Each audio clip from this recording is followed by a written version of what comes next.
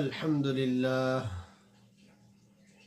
لله نحمده ونستعينه ونستغفره ونؤمن به ونتوكل عليه. اللهم صل على سيدنا محمد وعلى آل سيدنا محمد وبارك وسلم. محترم سامعین،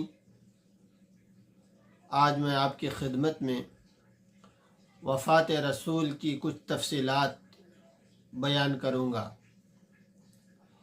چونکہ ربیع الاول کا مہینہ ہے، ولادت تو سب بیان کرتے ہیں لیکن وفات کوئی بیان نہیں کرتا. اگر بیان کرتے ہیں تو بہت کم، اس لیے کہ جس طرح آپ صلی اللہ علیہ وسلم کی ولادت باسعادت ربیع الاول کے مہینے میں ہے، اسی طرح سے آپ صلی اللہ علیہ وسلم کی وفات اور آپ کی رحلت وہ بھی ربیع الاول میں ہے. تو ضروری ہے کہ ہم اللہ کے نبی صلی اللہ علیہ وسلم کی وفات کی تفصیل بھی جانیں. چنانچہ سفر کے آخری عشرے میں 11 ہجری یعنی 10 ہجری ختم ہو کر اللہ کے نبی صلی اللہ علیہ وسلم نے 10 ہجری میں حجۃ الوداع کیا، یعنی آپ نے آخری حج ادا کیا. آخری حج سے اللہ کے نبی صلی اللہ علیہ وسلم واپس مدینہ منورہ تشریف لائے، اور مدینہ منورہ میں تشریف لانے کے بعد آپ ذی الحجہ کے بعد محرم وہیں پر رہے.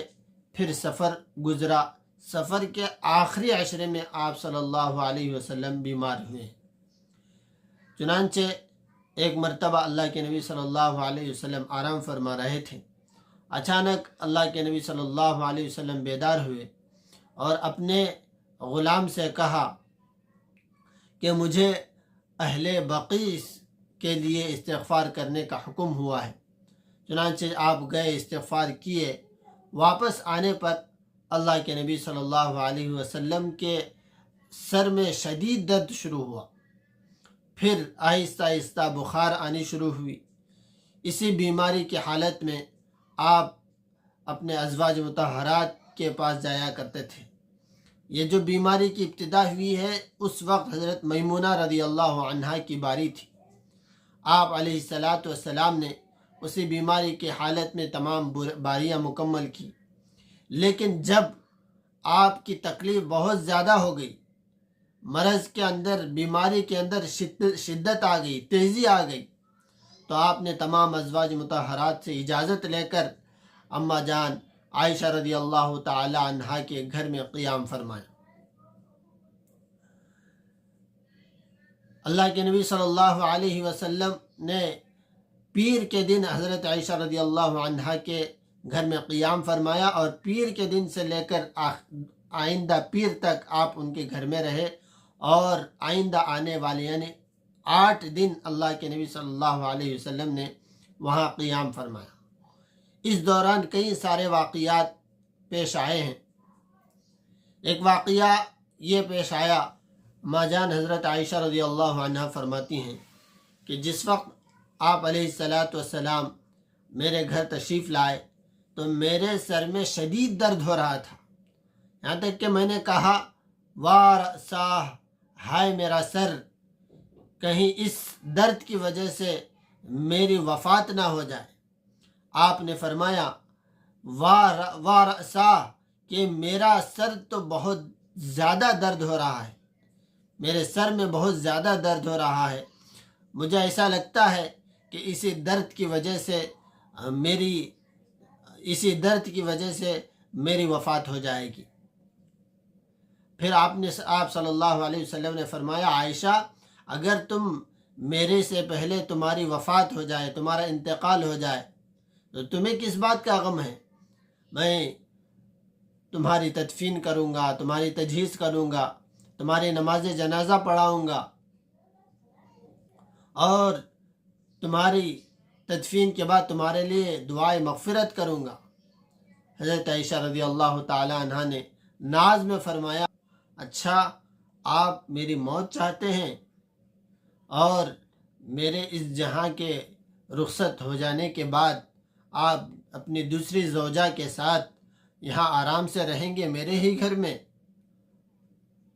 گویا کہ مطلب یہ تھا کہ آپ میرے جانے کے بعد آپ مجھے بھول جائیں گے۔ اللہ کے نبی صلی اللہ علیہ وسلم نے حضرت عائشہ رضی اللہ عنہا کا یہ جملہ سن کر مسکرائے۔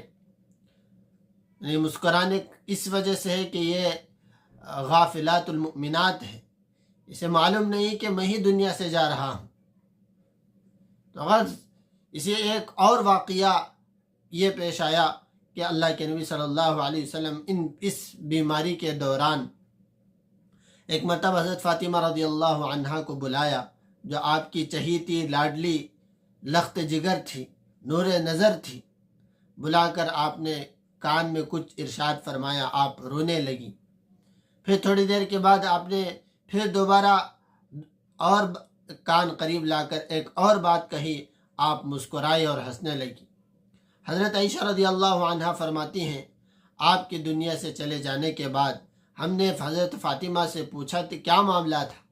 حضرت فاطمہ رضی اللہ عنہا نے فرمایا کہ پہلے آپ نے یہ فرمایا اسی بیماری میں دنیا سے جا رہا ہوں، تو میں رونے لگی۔ پھر آپ علیہ الصلاۃ والسلام نے پھر دوبارہ کہا کہ میرے دنیا سے جانے کے بعد سب سے پہلے تم ہی میرے پاس آؤ گی، تو پھر میں مسکرانے لگی، ہنسنے لگی۔ اسی بیماری کے دوران ایک مرتبہ آپ کو کچھ افاقہ ہوا، ظہر کا وقت تھا۔ آپ نے لوگوں سے کہا کہ 7 مشکیزیں، 7 مشکیں، آپ یوں سمجھ لیں 7 مٹکے جو پانی لا کر میرے سر پر بہا دو، میرے سر پر ڈالو تاکہ کچھ مجھے سکون محسوس ہو۔ چنانچہ حسب حکم، آپ کے حکم کی تعمیل کرتے ہوئے صحابہ نے 7 مشکیں پانی لا کر اللہ کے نبی صلی اللہ علیہ وسلم پر ڈالا۔ آپ نہائے، آپ کو کچھ سکون محسوس ہوا، تو آپ علیہ الصلاۃ والسلام حضرت عباس رضی اللہ عنہ اور حضرت علی رضی اللہ تعالیٰ عنہ کے سہارے مسجد تشریف لے گئے، اور وہاں پہنچ کر آپ نے ظہر کی نماز ادا کی۔ ظہر کی نماز پڑھنے کے بعد آپ نے خطبہ دیا، اور یہ دن کون سا تھا؟ یہ دن جمعرات کا تھا، اور یہ جو خطبہ آپ نے دیا یہ سب سے آخری خطبہ تھا۔ اب اس خطبے میں آپ نے کیا امت کے لیے پیغام دیا ہم سب کے لیے، کل انشاءاللہ وہ آپ کی خدمت میں پیش کیا جائے گا۔ السلام علیکم ورحمۃ اللہ وبرکاتہ۔ جو حضرات اب تک چینل کو سبسکرائب